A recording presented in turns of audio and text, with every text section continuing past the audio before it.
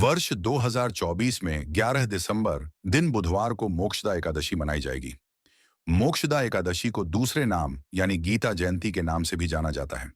इसी दिन ही भगवान श्री कृष्ण ने गीता का उपदेश दिया था।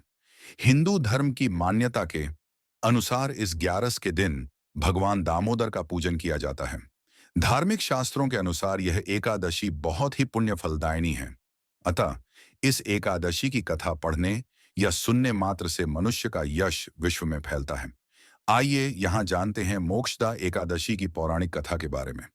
मोक्षदा एकादशी की पौराणिक कथा के अनुसार गोकुल नामक एक नगर में वैखानस नामक राजा राज्य करता था। वहां उसके राज्य में चारों वेदों के जाता ब्राह्मण रहते थे तथा राजा अपनी प्रजा का पुत्रवत पालन करता था। एक रात्रि में राजा ने एक स्वप्न देखा कि उसके पिता नरक में हैं। उसे बड़ा आश्चर्य हुआ। वह प्रातःकाल विद्वान ब्राह्मणों के पास गया और उन्हें अपना स्वप्न सुनाया और कहा कि मैंने अपने पिता को नरक में कष्ट उठाते देखा है तथा उन्होंने मुझसे कहा कि हे पुत्र, मैं नरक में पड़ा हूं, यहां से तुम मुझे मुक्त कराओ। जब से मैंने ये वचन सुने हैं तब से मैं बहुत ही बेचैन हूं। चित्त में बड़ी अशांति हो रही है। मुझे इस राज्य, धन, पुत्र, स्त्री, हाथी, घोड़े आदि में कुछ भी सुख प्रतीत नहीं होता। क्या करूं? राजा ने आगे कहा, हे ब्राह्मण देवताओं, इस दुख के कारण मेरा सारा शरीर जल रहा है। अब आप कृपा करके कोई तप, दान, व्रत आदि ऐसा उपाय बताइए जिससे मेरे पिता को मुक्ति मिल जाए। उस पुत्र का जीवन व्यर्थ है जो अपने माता पिता का उद्धार न कर सकें। एक उत्तम पुत्र जो अपने माता पिता तथा पूर्वजों का उद्धार करता है, वह 1000 मूर्ख पुत्रों से अच्छा है।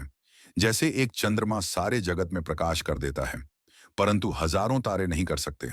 ब्राह्मणों ने कहा, हे राजन, यहाँ पास ही भूत, भविष्य, वर्तमान के झाता पर्वत आर्षिक आश्रम है। वे आपकी समस्या का हल अवश्य ही करेंगे। यह सुनकर राजा मुनि के आश्रम पर गया। उस आश्रम में अनेक शांत चित्त योगी और मुनि तपस्या कर रहे थे। उसी जगह पर्वत मुनि बैठे थे। राजा ने मुनि को साष्टांग दंडवत किया तो मुनि ने राजा से कुशलता के समाचार लिए। राजा ने कहा कि महाराज, आपकी कृपा से मेरे राज्य में सब कुशल हैं, लेकिन अकस्मात मेरे चित्त में अत्यंत अशांति होने लगी है। ऐसा सुनकर पर्वत मुनि ने आंखें बंद की और भूत विचारने लगे। फिर बोले, हे राजन, मैंने योग के बल से तुम्हारे पिता के कुकर्मों को जान लिया है। उन्होंने पूर्व जन्म में कामातुर होकर एक पत्नी को रति दी, किंतु सौत के कहने पर दूसरे पत्नी को रथुदान मांगने पर भी नहीं दिया। उसी पाप कर्म के कारण तुम्हारे पिता को नरक में जाना पड़ा। राजा ने कहा, लाशवर, इसका कोई उपाय बताइए। मुनि बोले, हे राजन, आप मार्ग शीर्ष एकादशी का उपवास करें और उस उपवास के पुण्य को अपने पिता को संकल्प कर दें। इसके प्रभाव से आपके पिता की अवश्य ही नरक से मुक्ति होगी। मुनि के ये वचन सुनकर राजा महल में आया और मुनि के कहे वचनानुसार परिवार सहित मोक्षदा एकादशी का व्रत किया।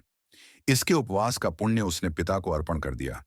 इस एकादशी के प्रभाव से राजन के पिता को मुक्ति मिल गई और स्वर्ग में जाते हुए वे पुत्र से कहने लगे, हे पुत्र, तेरा कल्याण हो। यह कहकर वे स्वर्ग चले गए। अतः मार्ग शीर्ष मास की शुक्ल पक्ष की इस एकादशी का व्रत करने मात्र से समस्त पापों का नाश होता है तथा इस कथा को पढ़ने या सुनने से ही वाजपेय यज्ञ का फल प्राप्त होता है। इस व्रत से बढ़कर मोक्ष देने वाला और कोई व्रत नहीं है। यह एकादशी सभी कामनाओं को पूर्ण करने का सामर्थ्य रखने वाली शक्ति है तथा अंत में मोक्ष देती है।